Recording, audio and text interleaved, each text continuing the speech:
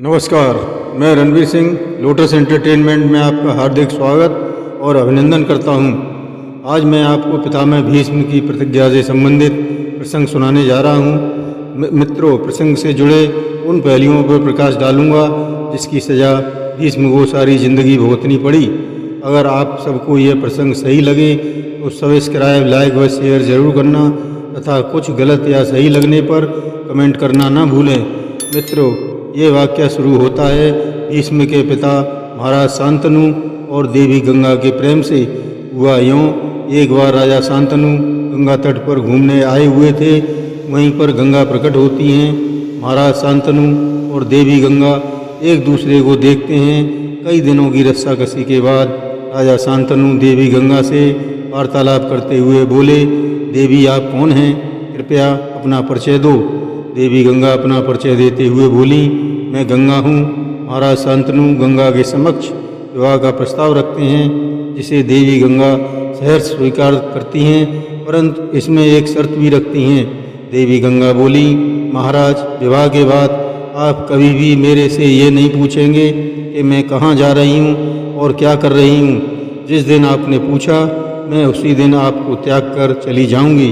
राजा शांतनु शर्त को मान करते हैं और इस प्रकार देवी गंगा और राजा शांतनु का विवाह संपन्न हो जाता है।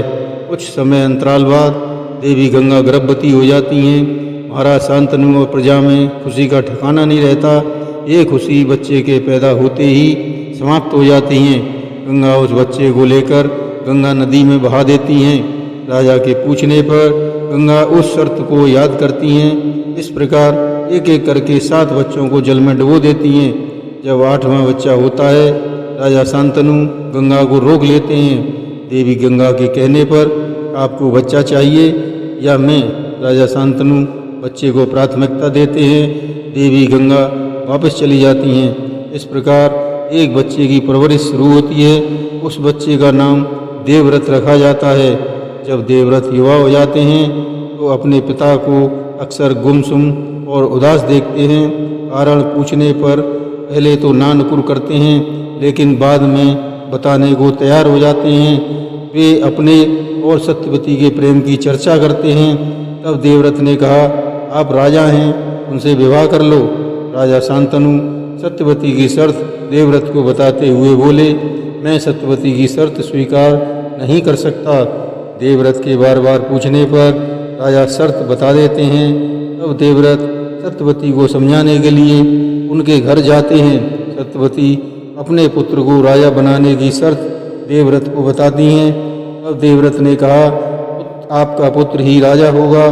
इस प्रतिज्ञा के कारण सत्यवती को विश्वास करने पर मजबूर होना पड़ता है और भीष्म प्रतिज्ञा लेते हैं कि मैं जीवन भर कुंवारा रहूँगा, कभी शादी नहीं करूँगा, जिसका पालन उन्होंने जीवन भर किया। पिता के पूछने पर, पुत्र तुमने ऐसा क्यों किया? अब भीष्म ने बताया, जब आपने मेरे लिए माँ को त्याग दिया और मुझे गले लगाया तो क्या मेरा फर्ज नहीं बनता है कि मैं अपने पिता के लिए कुछ कर सकूं? पिता का ऋण पुत्र कभी नहीं उतार सकता। मैंने तो सिर्फ अपने कर्तव्य का पालन किया है। ऐसे हजारों राज्य मैं आप पर न्यौछावर कर दूंगा। ये पितृभक्ति का अद्भुत उदाहरण है। इसे भीम ने शिद्दत से निभाया, लेकिन इसका दूसरा पहलू एक काला अध्याय साबित हुआ। भीष्म को सारा जीवन राज्य की सुरक्षा में बड़े ही दुखपूर्ण तरीके से गुजारना पड़ा। जय श्री कृष्ण।